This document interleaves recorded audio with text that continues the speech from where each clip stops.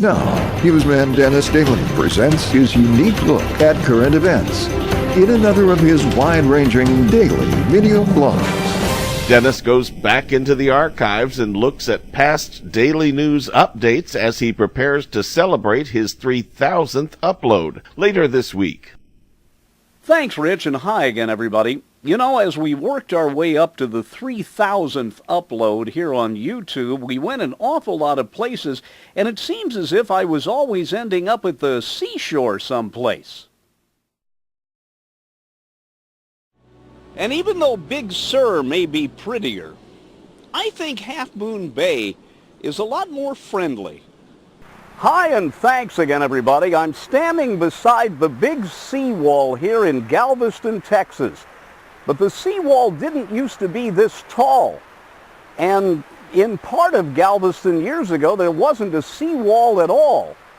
That's why, on a very dark night, at the very beginning of the last century, this was the last place on Earth you wanted to be. For even though the primitive weather instruments in 1900 told the 30,000 residents of Galveston, which was essentially built on a sandbar only 8 feet above sea level, that a huge storm was coming, little did anyone understand how big that storm was. The city was all but leveled. Only the strongest buildings survived.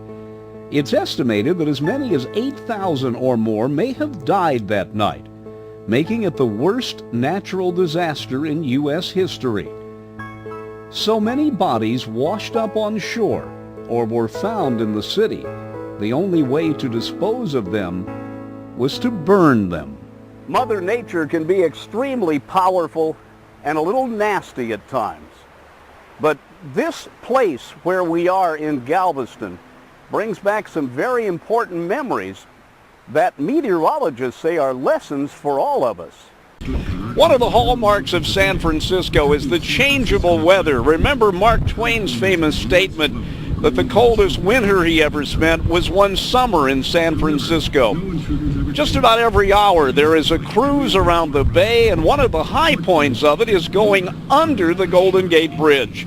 And one thing you really learn going out here on the bay and looking up at the Golden Gate Bridge in this kind of weather is the determination and stamina of the men, the high riggers who went up on top of that bridge to make it and down there the Bay Bridge possible back in the 1930s in this kind of weather.